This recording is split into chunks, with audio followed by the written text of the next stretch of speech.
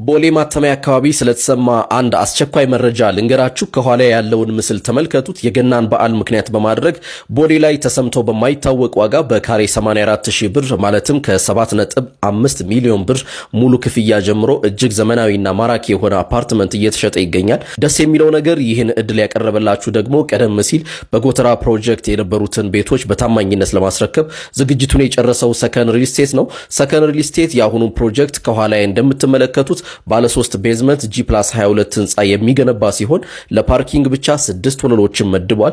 ከጂምና ላይብረሪ እስከ ቴራስ፣ ከጋርቤጅ ሹት እስከ አስተማማኝ ጄኔሬተርና አሳንሰር ሁሉንም ምቾቶች አሟልቷል።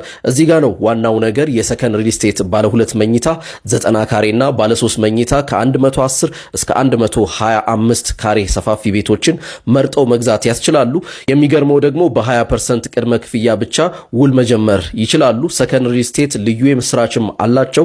ሚስጥሩ ግን የ30% ቅናሽ አዘጋጅተውላችኋል የሚል ነው። እንዴት የሚለውን በዚህ ስልክ ደውላችሁ ሙሉ ማብራሪያውን ታገኛላችሁ። ቦሌ መሃል መኖር ወይስ ኢንቨስት ማድረግ የትኛው ነው ምርጫችሁ? ጻፉልኝ። በእርግጠኝነት በሰከን ሪል ስቴት ምርጫችሁ እውን ታደርጋላችሁ። መልካም ጊዜ።